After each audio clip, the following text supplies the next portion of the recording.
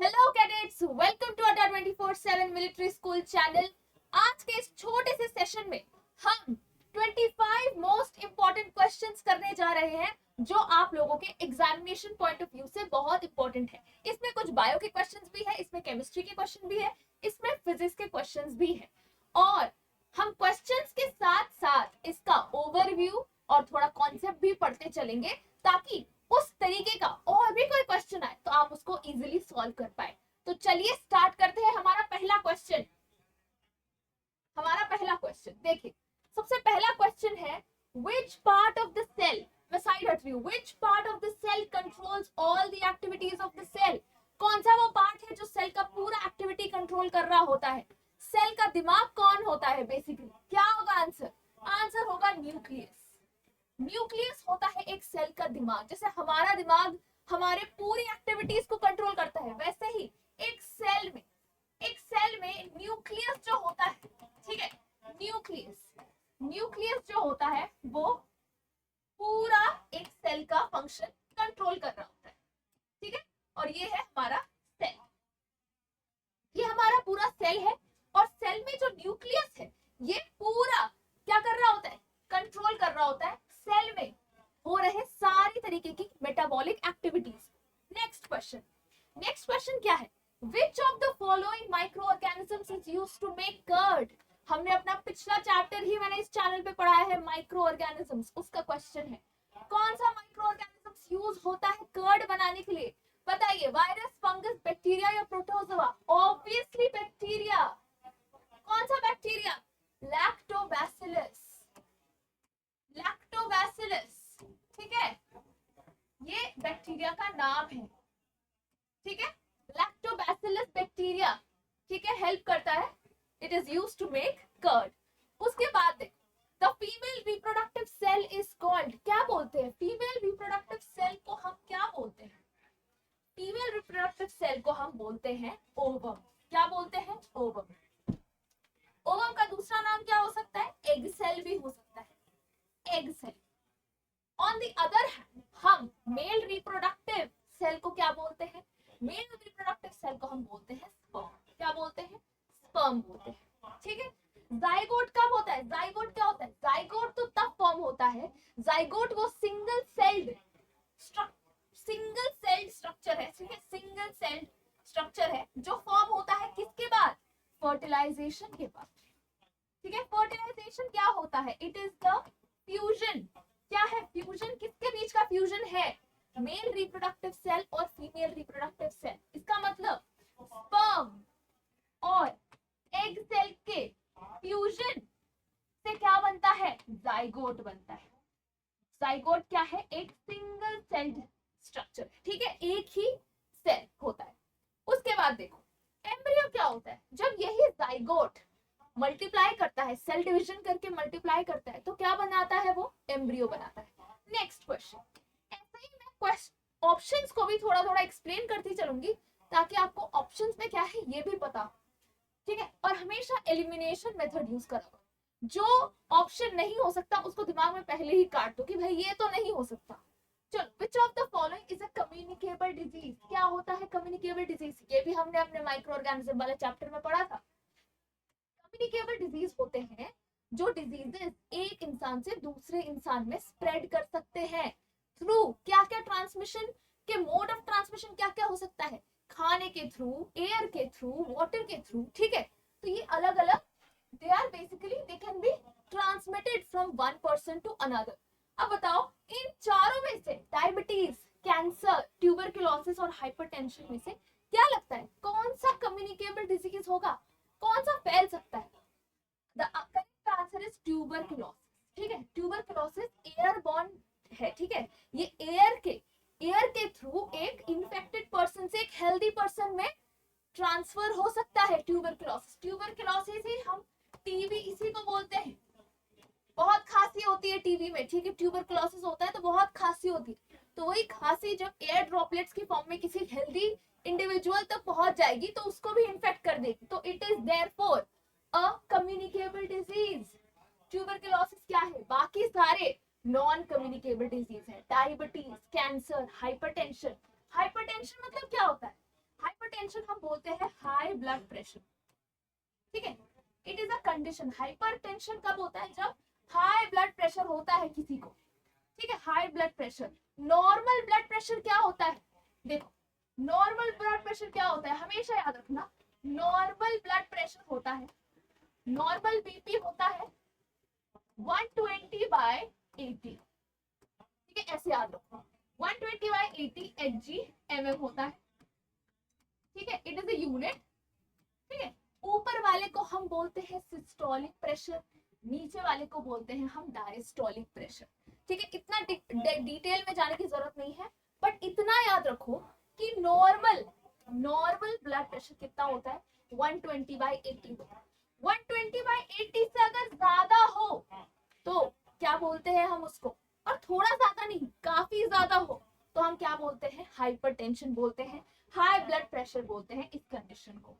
Next question, which process is responsible for producing new plants from seeds? कौन सा वो process है जिससे नए प्लांट उग सकते हैं सीड्स के जरिए, बीज के जरिए, कौन सा है वो प्रोसेस बताओ, रेस्पिरेशन, जर्मिनेशन, डाइजेशन या photosynthesis? The correct answer is what, germination. Germination हमारा सही आंसर है। जर्मिनेशन वो प्रोसेस है जब सीड क्या होता है, सीड फेवरेबल कंडीशन, सीड को जब एक अच्छा एनवायरनमेंट मिलता है, उसको मॉइस्चर भी मिलता होता है, उसको एयर मिलता है, तो वो क्या करता है, जर्मिनेट करता है, वो एक सीड से क्या बनाता है, नया प्लांट बनाता है, जो सीडलिंग्स उगती हैं, ठीक है। तो इसको क्या बोलते हैं प्रोसेस को, जर्मिनेशन।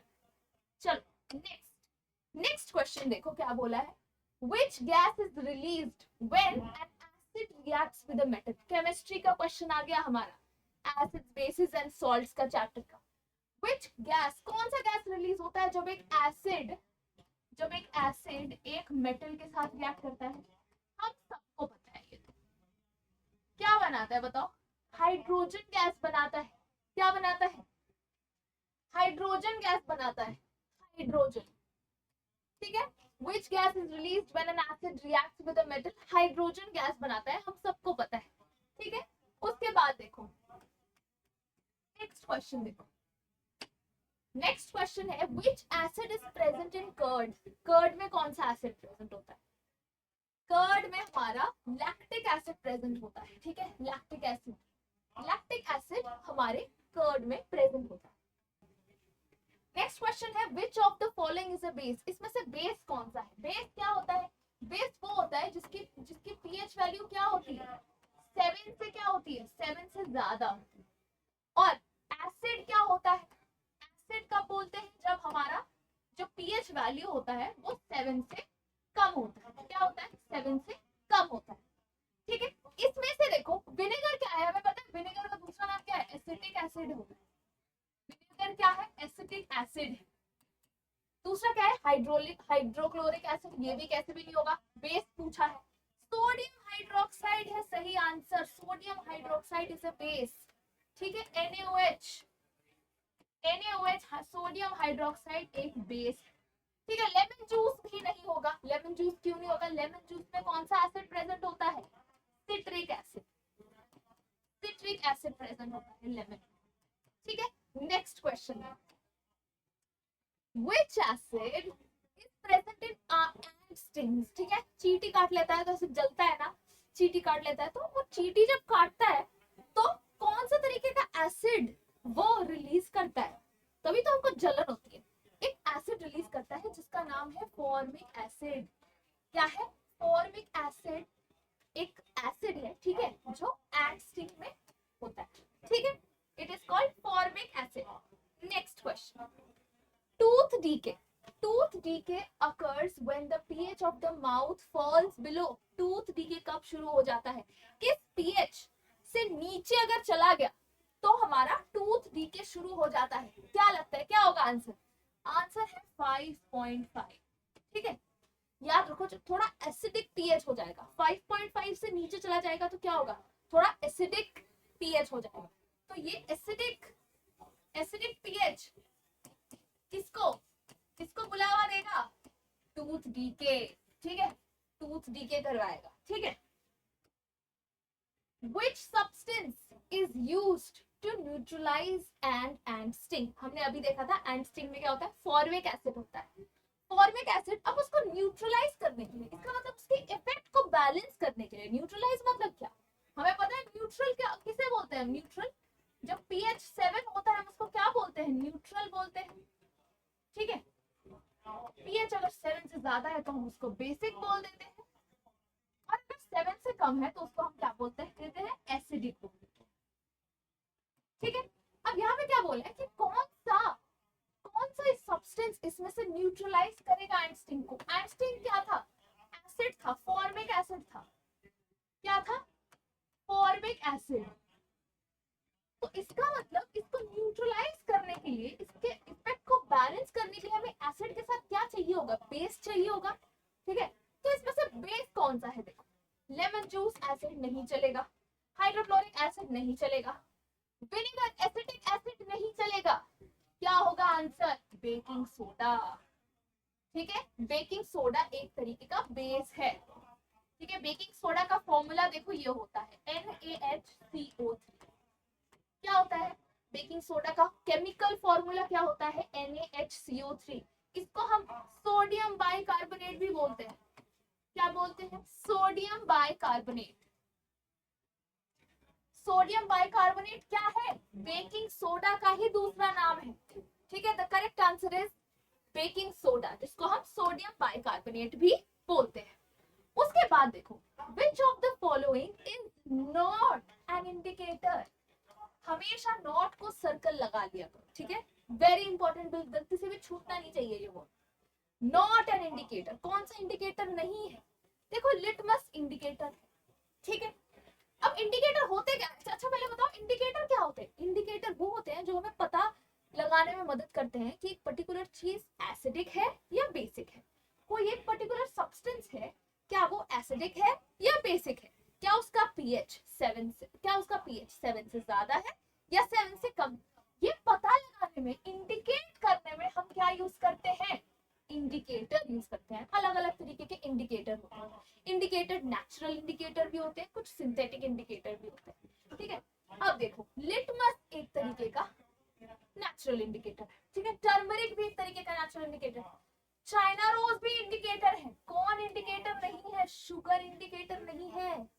शुगर से हम नहीं पता लगा सकते हैं कि कोई एक पर्टिकुलर सब्सटेंस एसिडिक है या बेसिक है, शुगर होगा इसका answer. Sugar is not an indicator. अब देखो लिटमस का बता देती हूँ मैं, ऐसे सबका अलग अलग होता है। लिटमस का क्या होता है, बहुत बहुत इंपॉर्टेंट है। लिटमस का कैसे काम करता है, देखो लिटमस अगर अगर जैसे रेड लिटमस है, रेड लिटमस अगर ब्लू में कन्वर्ट हो जाए तो इसका एक मतलब होता है। ठीक है, और अगर ब्लू लिटमस रेड में कन्वर्ट हो जाए तो इसका भी एक मतलब है। क्या मतलब, अगर रेड लिटमस, ठीक है R से B, अगर रेड लिटमस ब्लू हो जा रहा है, इसका मतलब हमारा जो सब्सटेंस है वो क्या है, बेस। क्या है, बेस। और अगर ब्लू लिटमस रेड में कन्वर्ट हो जा रहा है, रेड से याद रखो, रेड ऐसे याद रखो, रेड इज फॉर डेंजर। ठीक है, जितने भी डेंजर साइंस होते हैं, साइन बोर्ड्स होते हैं, वो रेड कलर के होते हैं। तो रेड ऐसे याद रखो, जब रेड ब्लू लिटमस अगर रेड हो जा रहा है तो इसका मतलब एसिड का संकेत है। क्या है, क्या डिनोट कर रहा है वो, इसका मतलब एसिड है, जो सब्सटेंस है वो एसिड है। तो अगर ये कन्वर्जन हो रहा है, रेड लिटमस ब्लू बन जा रहा है, तो इसका मतलब वो पर्टिकुलर सब्सटेंस बेस है। अगर ब्लू लिटमस रेड हो जा रहा है तो इसका मतलब वो पर्टिकुलर सब्सटेंस एसिड है। ठीक है, ऐसे ही अलग अलग तरीके के टर्मरिक का भी होता है, ठीक है, नेक्स्ट देखो एक केस बेस्ड क्वेश्चन है। देखो क्या बोला है, a student puts blue litmus paper, ठीक है, blue litmus paper in an unknown solution. ठीक है, ब्लू लिटमस पेपर डाल देता है, इट टर्न्स रेड। क्या हो जा रहा है, ब्लू लिटमस क्या हो जा रहा है, ब्लू लिटमस रिटर्न हो जा रहा है रेड में। घंटी बजनी चाहिए दिमाग में। ठीक है, मैम ने क्या बोला था, जैसे ही मैम बोला था ब्लू लिटमस अगर रेड में कन्वर्ट हो जाए तो क्या हो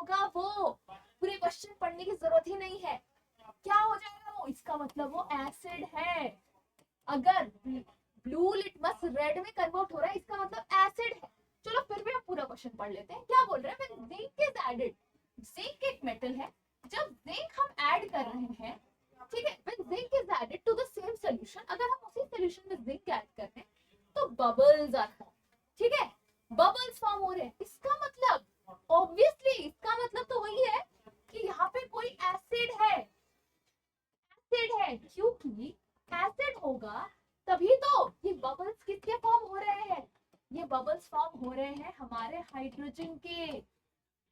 जब एक मेटल रिएक्ट कर रहा है एसिड के साथ, क्या बना रहा है, सॉल्ट प्लस हाइड्रोजन गैस बना रहा है, ठीक है। तो अगर जिंक है और यहाँ पे क्या है, देखो यहाँ पे कौन सा एसिड होगा, हाइड्रोक्लोरिक एसिड आंसर होगा, हाइड्रोक्लोरिक एसिड। जिंक अगर HCl के साथ रिएक्ट करेगा क्या बनाएगा, जिंक क्लोराइड बनाएगा, ZnCl2 जिंक क्लोराइड बनेगा। अब बच्चों ये होता कैसे है, देखो ऐसे होता है, Z से Zn प्लस HCl से मैंने ZnCl2 कैसे बना दिया, इसमें वैलेंसी का खेल होता है, ठीक है। जिंक का जो वैलेंसी होता है वो होता है +2, ठीक है। क्लोरीन का जो होता है वो होता है -1। तो देखो ऐसे होता है, जिंक का अगर +2 है, क्लोरीन का अगर -1 है, तो हम क्या करते हैं, इसको क्रॉस मल्टीप्लाई कर देते। क्रॉस मल्टीप्लाई कर दोगे तो Zn का क्या है, 1 है, तो Zn एक ही दिखेगा। Cl का क्या हो गया, Cl का 2 हो गया, तो हमारा फॉर्मूला जिंक क्लोराइड का क्या बन जाएगा, ZnCl2। क्या है ये, जिंक क्लोराइड का फॉर्मूला है, जिंक क्लोराइड का फॉर्मूला है ये। तो क्या होता है, मेटल प्लस एसिड क्या बनाता है, salt plus hydrogen gas release होता है। हमेशा याद रखना, metal plus acid hydrogen gas release करेगा। तो ये जो बबल्स फॉर्म हो रहे हैं, इन्होंने क्वेश्चन में बोला हुआ है, वो किसके बबल्स है, हाइड्रोजन के bubbles. Solution is most likely, हमारा सोल्यूशन क्या होगा, हाइड्रोक्लोरिक एसिड होगा, ठीक है। अब देखो नेक्स्ट क्वेश्चन, देखो which sequence correctly shows increasing pH, कौन सा सीक्वेंस इसमें से इंक्रीजिंग पीएच दिखा रहा है, बताओ। देखो lemon juice, water, soap solution, अच्छा ठीक है। क्या लगता है, वाटर का तो पता है हमको न्यूट्रल होगा, वाटर क्या होता है, न्यूट्रल होता है। वाटर कहाँ होना चाहिए, फिर बीच में होना चाहिए कहीं, ठीक है, वाटर बीच में होना चाहिए। इन दोनों को काट दो, दोनों कट गए। Lemon juice, water, increasing pH बोला है, इसका मतलब क्या, एसिडिक से बेसिक की तरफ, एसिडिक से बेसिक की तरफ, इसका मतलब इस तरफ बेसिक होना चाहिए। इसका मतलब क्या होगा, सोप सॉल्यूशन बेसिक होता है, लेमन जूस हमारा एसिड है, इसका मतलब आंसर हो जाएगा A option is the correct option, ठीक है। सोप सॉल्यूशन हमेशा रखना बेसिक होता है, ठीक है। उसके बाद नेक्स्ट क्वेश्चन देखो, which of the following organelles, bio में क्वेश्चन देखो बहुत इजी होंगे, बहुत इजी। ऑर्गेनेल्स, सारे सेल ऑर्गेनेल्स के फंक्शंस, ये सारी चीजें पढ़ के जानी है हमें एग्जाम के लिए। Which of the following organelle is absent in animal cells, ठीक है, कौन सा ऑर्गेनेल एनिमल सेल में प्रेजेंट नहीं होता बट प्लांट सेल में प्रेजेंट होता है, कौन से हैं। इस क्वेश्चन के अलावा भी, और यहाँ पे तो देखते हैं सबसे पहले हम क्या क्या ऑप्शन दिए हुए हैं, cell membrane, cytoplasm, cell wall, nucleus. क्या लगता है क्या होगा, obviously cell wall. Cell wall animal cells में एब्सेंट होता है, नहीं होता है cell wall. Cell wall present only in plant cells, only in plant cells। सिर्फ प्लांट सेल्स में सेल वॉल प्रेजेंट होता है, एनिमल्स को जरूरत नहीं पड़ती सेल वॉल की। प्लांट्स क्या है, इधर उधर, प्लांट्स हमारी तरह मोबाइल तो नहीं, इधर उधर घूम तो नहीं सकते, तो उनको प्रोटेक्शन के लिए, उनके सेल में क्या दिया गया है, सेल मेम्ब्रेन के साथ साथ अगर उनका सेल है तो उनकी सेल मेम्ब्रेन के साथ साथ एक और मेम्ब्रेन दिया गया है। क्या दिया गया है, एक और मेम्ब्रेन दिया गया है जिसका नाम है सेल वॉल। क्या है, सेल वॉल है, ठीक है। तो ये सिर्फ और सिर्फ प्लांट सेल्स में प्रेजेंट होता है, ठीक है। और क्या चीज है जो सिर्फ प्लांट सेल में प्रेजेंट होता है, कोई बता सकता है मुझे, और कौन सी चीजें हैं जो एनिमल सेल में एब्सेंट होगी पर प्लांट सेल में प्रेजेंट होगी, बताओ क्या है। और कौन से सेल ऑर्गेनेल है, देखो क्या लगता है, राइबोसोम्स, राइबोसोम्स दोनों में प्रेजेंट होता है, याद रखना। राइबोसोम्स जो ऑर्गेनेल है दोनों में प्रेजेंट होते हैं, ठीक है। और क्या होता है देखो, याद आ गया, किसी को याद आया? क्लोरोप्लास्ट। क्लोरोप्लास्ट क्या होगा? क्लोरोप्लास्ट जो ऑर्गेनेल है वो सिर्फ प्लांट सेल्स में प्रेजेंट होगा। ऑब्वियसली क्लोरोप्लास्ट में क्या होता है? क्लोरोफिल होता है। क्लोरोफिल किसका पिगमेंट है? ग्रीन प्लांट्स का पिगमेंट है, तो प्लांट्स में ही प्रेजेंट होगा ना क्लोरोप्लास्ट, ठीक है। क्लोरोप्लास्ट सिर्फ सिर्फ सिर्फ और सिर्फ प्लांट सेल में प्रेजेंट होगा,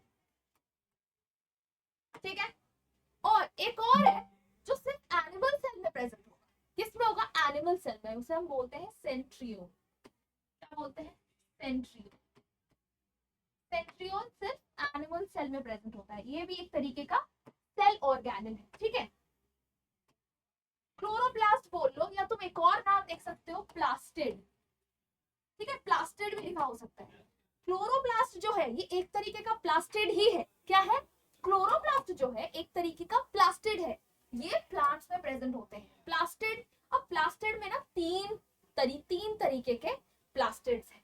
एक है ल्यूकोप्लास्ट, एक है ल्यूकोप्लास्ट, एक है क्लोरोप्लास्ट और एक है क्रोमोप्लास्ट। क्या है?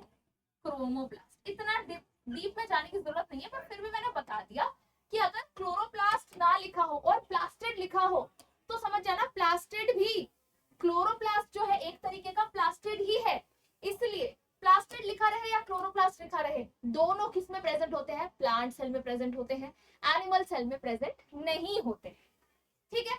नेक्स्ट क्वेश्चन देखो, select the correct sequence from outermost to innermost in a plant cell. बाहर से अंदर की तरफ, सबसे बाहर क्या होगा? अभी हमने देखा सबसे बाहर क्या होगा?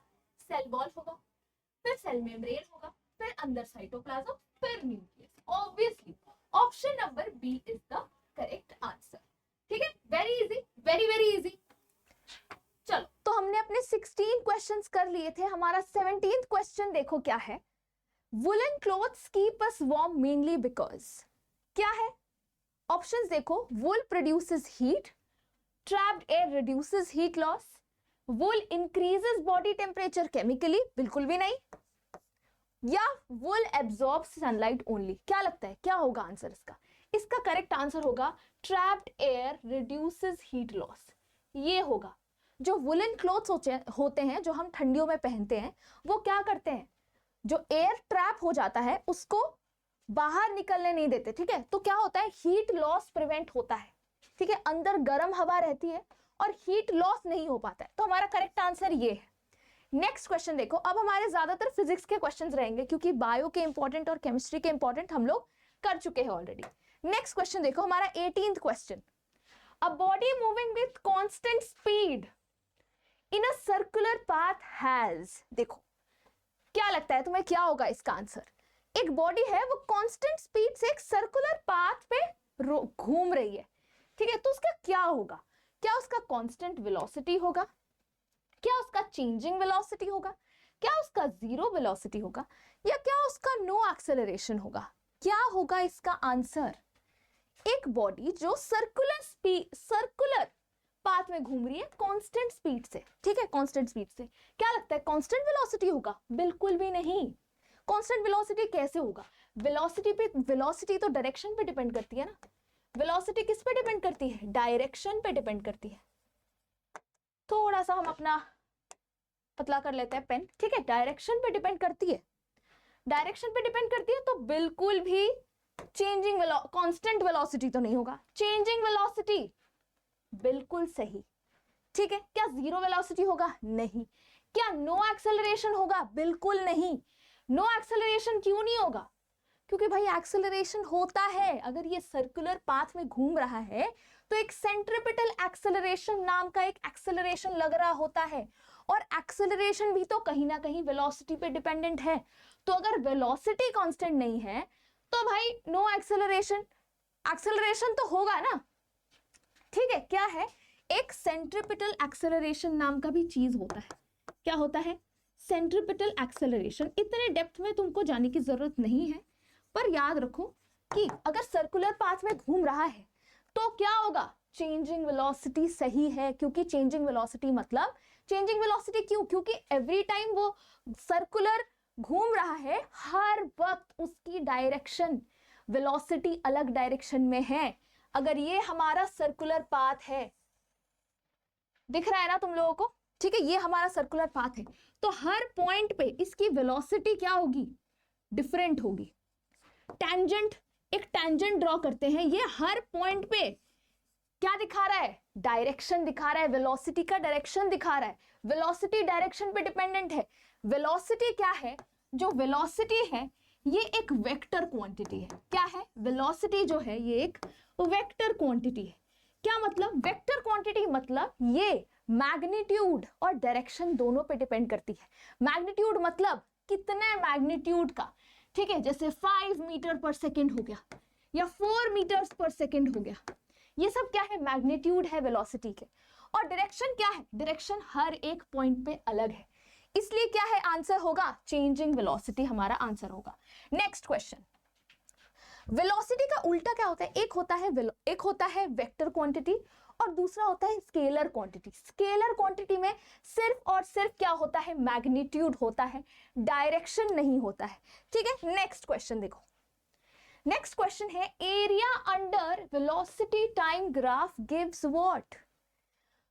ठीक है, हमारा एक, जैसे हमारे पास एक ग्राफ है, ठीक है, क्या है, एक ग्राफ है, और किसके किसके बीच का ग्राफ है, क्या बोला इन्होंने, वेलोसिटी और टाइम के बीच का ग्राफ है।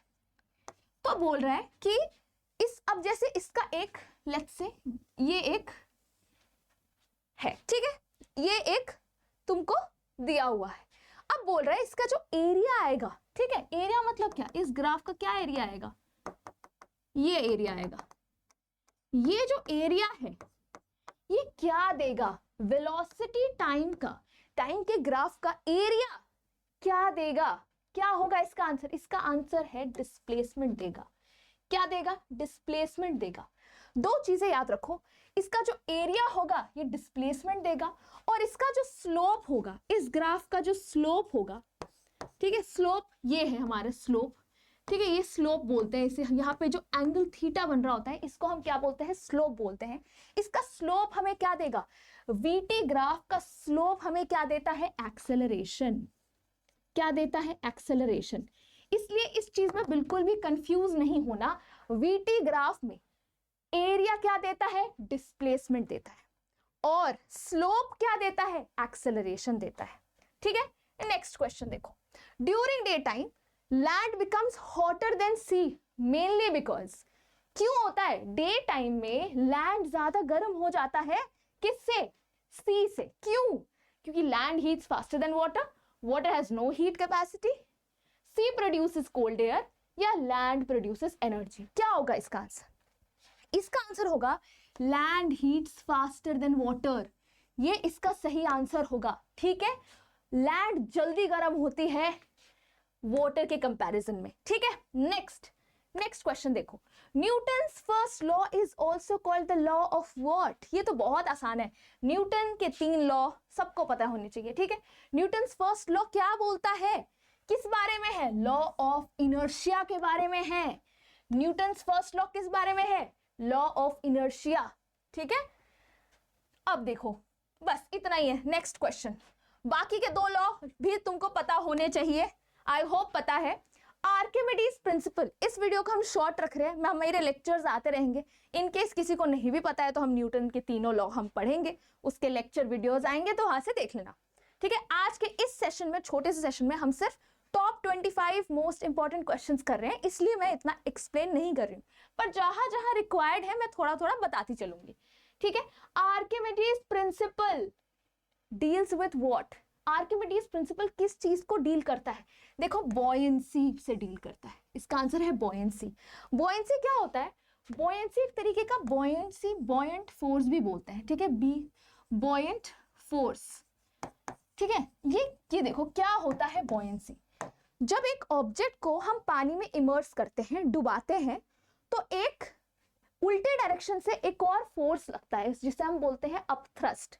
क्या बोलते हैं, अपथ्रस्ट। देखो आर्किमिडीज प्रिंसिपल है क्या, ये एक हमारा कंटेनर है, इसमें पानी है, ठीक है, एक फ्लूइड है, इसमें हम एक पर्टिकुलर ऑब्जेक्ट को क्या कर रहे हैं, इमर्स कर रहे हैं, इसको हम पानी के अंदर डुबा रहे हैं।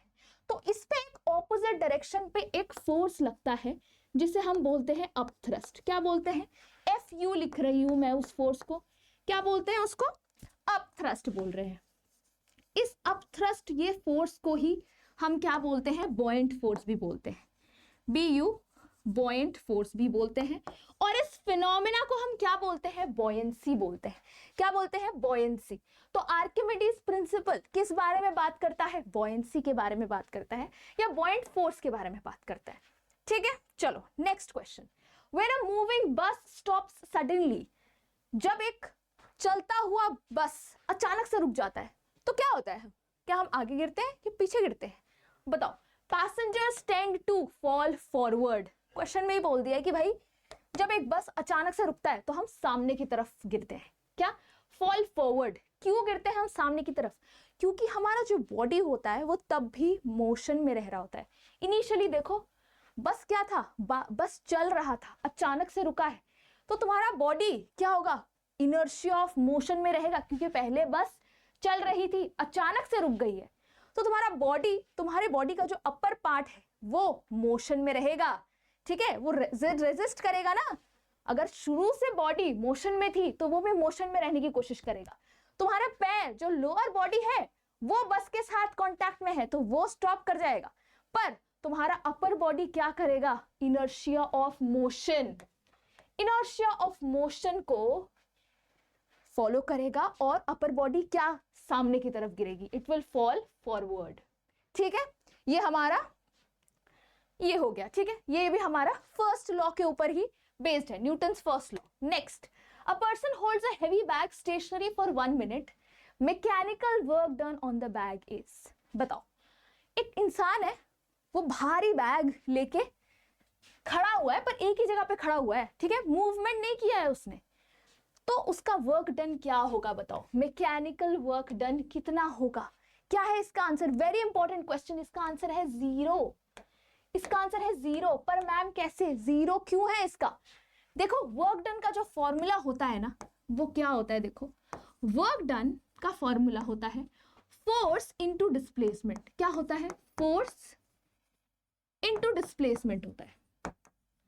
अब फोर्स इनटू डिस्प्लेसमेंट में देखो, इस पर्टिकुलर केस में डिस्प्लेसमेंट तो हुआ ही नहीं है, डिस्प्लेसमेंट जो है ये तो 0 है। क्यों क्यों, क्योंकि भाई बोला हुआ है क्वेश्चन में वो बंदा स्टेशनरी है, मतलब खड़ा हुआ है, एक ही जगह पे खड़ा हुआ है, उसने मूवमेंट तो किया ही नहीं है, तो क्या होगा इसमें, डिस्प्लेसमेंट हमारा क्या होगा, 0 होगा। इसलिए जो हमारा वर्क डन होगा ये भी क्या होगा, 0। एनीथिंग इनटू 0 इज 0, इसलिए देखो इसका आंसर जो होगा 0 होगा। अगर बंदे ने मूव नहीं किया है, अगर वो एक ही जगह पे स्टेशनरी है, उसने मूवमेंट नहीं की है, तो डिस्प्लेसमेंट 0 है, तो इसलिए क्या हो जाएगा, वर्क डन 0 हो जाएगा। हमारा लास्ट क्वेश्चन, इस सेशन का लास्ट क्वेश्चन, 25th क्वेश्चन देखो, the approximate value of acceleration due to gravity near the earth surface is, क्या होती है एक्सेलरेशन ड्यू टू ग्रेविटी की वैल्यू क्या होती है, बहुत इंपॉर्टेंट है बच्चा लोग, याद रखना हमेशा, 9.8 metre second square acceleration due to gravity की वैल्यू होती है।